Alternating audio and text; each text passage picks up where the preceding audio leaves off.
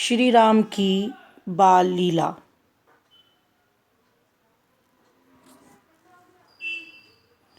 भक्तिकाल को हिंदी साहित्य में स्वर्ण युग के नाम से जाना जाता है। भक्त कवियों ने अपने अपने आराध्य की आराधना करते हुए जनमानस के मन में अलौकिक शक्ति, भक्ति और मानवता के अद्वितीय विश्वास जागृत किया है। तुलसीदास जी राम भक्ति शाखा के शिरोमणि कवि थे। उन्होंने कवितावली में श्री राम के व उनके भाइयों के बाल रूप का वर्णन ब्रज भाषा में किया है। बाल लीला। कबहु ससी मांगत आरी करी, मांगत प्रतिबिंब निहारी डरे। ससी चंद्रमा मांगत मांगना, कबहु कभी आरी जिद करना। प्रतिबिंब परछाई निहारी देखना, डरे डरते हैं। कबहु करताल बजाई के नाचत, कबहु कभी करताल हाथों से तालियां बजाई के बजाकर नाचत नाचते हैं। मातु माँ सबय सब मन मन, मोद आनंद भरे भर जाते हैं।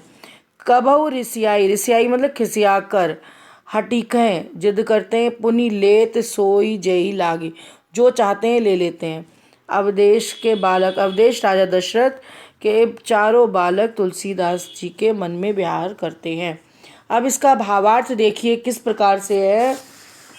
कभी चंद्रमा को देखकर उसे मांगने की हठ करते हैं, कभी अपनी ही परछाई को देखकर डर जाते हैं, कभी हाथों से तालियां बजा बजा कर नाचते हैं, जिससे तीनों माताओं या सब माताओं का हृदय प्रसन्नता व आनंद से भर जाते हैं। कभी रूठकर हठपूर्वक कुछ कहते हैं और जिस वस्तु के लिए अड़ते हैं उसे लेकर ही मानते हैं। अयोध्यापति दशरथ के चारों बालक तुलसीदास के मन मंदिर में सदैव विहार करें, ऐसा तुलसीदास प्रार्थना करते हैं। बर दंत की पंक्ति कुंद कली, अधराधन पल्लव खोलन की। चपला चमके घन बीच जगह जगह, छवि मोती माल अमोलन की। बर कहते हैं सुंदर, दंत दांत, पंक्ति पंक्ति, कुंदकली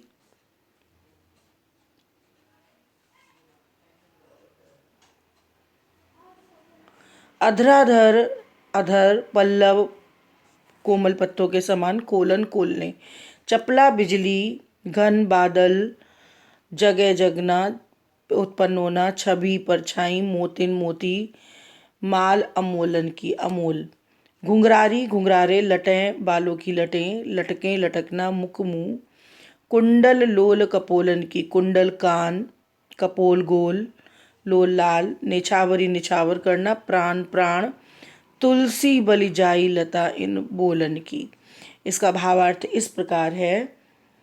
तुलसीदास जी श्री राम की सुंदर छवि का वर्णन करते हुए कहते हैं, कुंद कली के समान उज्ज्वल वर्ण दंतावली, दंतावली दांतों की पंक्ति, अधर पुटों को खोलना और अमूल्य मुक्त मालाओं की छवि ऐसा जान पड़ती है मानो श्याम मेघों के भीतर बिजली चमकती हो।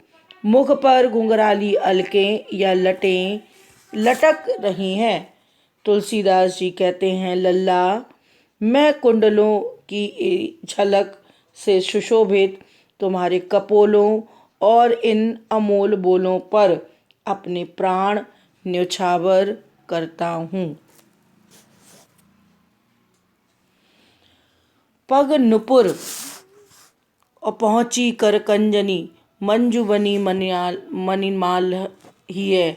नवनीत कलेवर पीत झगा झलके निपु, गोद लिए अरविंद सुआनन रूप मरंदु आनंद लोचन भृंग पिए। मन में बसे उस बालक को तुलसी जग, फलु कौन जिए।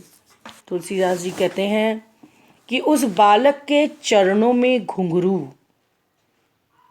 पग पैर नुपुर घुंघरू, उस बालक के चरणों में घुंघरू और कर कमलों में पहुंची। बच्चे जो काले और सफ़ेद मोतियों की हाथों में एक ब्रेसलेट छोटा सा पहनते हैं उसको पहुंची कहते हैं।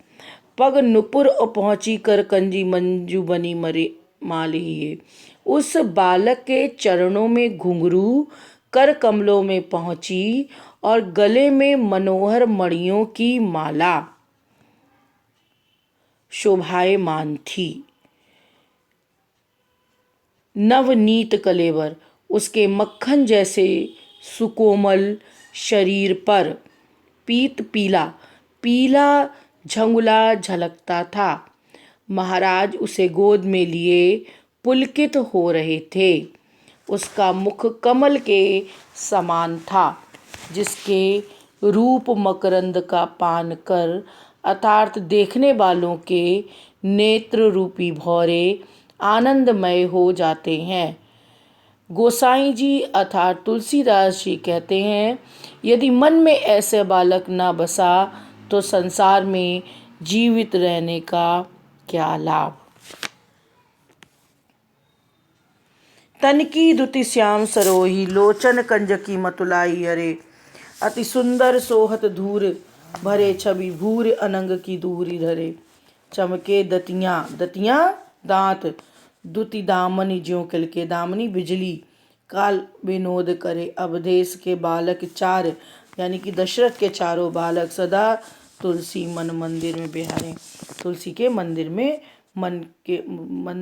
मंदिर में विहार करे। तुलसीदास जी श्री राम की सुंदरता का वर्णन करते हुए कहते हैं कि उनके शरीर की आभा नील कमल के समान है तथा नेत्र कमल की शोभा को हरते हैं। धूलि से भरे होने पर भी वे बड़े सुंदर जान पड़ते हैं और कामदेव की महती छवि को भी दूर कर देते हैं। उनके नन्हे नन्हे दांत बिजली की चमक के समान चमकते हैं और वे किलक किलक कर मनोहर बाल लीलाएं करते हैं। अयोध्यापति महाराज दशरथ के चारों बालक तुलसीदास के मन मंदिर में सदा विहार करते हैं।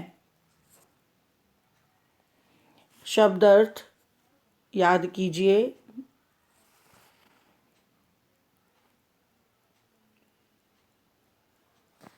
इस कविता में किसके बाल रूप का वर्णन हो रहा है? इस कविता में भगवान राम और उनके भाइयों के रूप का वर्णन हो रहा है। प्रश्न खा अवधेश के बालक चार से किन किन बालकों की ओर संकेत किया गया है? अवधेश के बालक चार से राम लक्ष्मण भरत और शत्रुघ्न इन चार बालकों की ओर संकेत किया गया है। राजा दशरथ की सभी रानियों के नाम बताइए। राजा दशरथ की तीनों रानियों के नाम थे कौशल्या, सुमित्रा और कैकेयी। महाकवि तुलसीदास क्या चाहते हैं? महाकवि तुलसीदास जी श्री राम जी अपने बाकी तीनों भाइयों सहित उनके मंदिर में सदा विराजमान रहे, यही चाहते हैं। इसके पहले आपने किसी कवि की बाल लीला नामक रचना को पढ़ा है। इसके पहले हमने सूरदास जी की बाल लीला नामक रचना को पढ़ा है, जिसमें उन्होंने श्री कृष्ण जी के बाल रूप का वर्णन किया है। अर्थ ग्रहण संबंधी प्रश्न। नीचे लिखे काव्यांश को ध्यान पूर्वक पढ़कर पूछे गए प्रश्नों के उत्तर लिखिए। कबहु शशि मांगत आरी करें, कबहु प्रतिबिंब निहार डरें, कबहु करताल बजाई के नाचत मातु सबे मनमोद मरे। तो बच्चे किसको लेने की जिद कर रहे हैं? बच्चे चंद्रमा लेने की जिद कर रहे हैं। बच्चे किसे देखकर डर जाते हैं? बच्चे अपनी ही परछाई देखकर डर जाते हैं। माताएं क्या देखकर प्रसन्न होती हैं? माताएं बच्चों का तालियां बजा बजाकर नाचना, खेलना कूदना आदि देखकर प्रसन्न होती हैं। इस काव्यांश में किस भाषा का प्रयोग किया गया है? इस काव्यांश में ब्रज मिश्रित अवधी भाषा का प्रयोग किया गया है। श्री राम के प्रस्तुत बाल रूप का वर्णन तुलसीदास जी की किस रचना से अवतरित है? श्री राम के प्रस्तुत बाल रूप का वर्णन तुलसीदास की रचना कवितावली से अवतरित है। लघु उत्तरीय प्रश्न, राम अपने बड़े भाइयों के साथ कहाँ खेल रहे थे? राम अपने भाइयों के साथ घर के आंगन में खेल रहे थे। छोटे छोटे सुंदर दांतों की पंक्ति की तुलना कवि ने किसके साथ की है? छोटे छोटे सुंदर दांतों की पंक्ति की तुलना कवि ने कुंदकली के साथ की है। बालकों की मीठी बोली सुनकर कवि की क्या स्थिति होती है? बालकों की मीठी बोली सुनकर कवि का हृदय आनंद विभोर हो जाता है और वह अपने प्राणों को न्यौछावर करने के लिए तैयार हो जाते हैं। कवि के अनुसार संसार में जीवन जीने का सच्चा फल कौन प्राप्त करता है?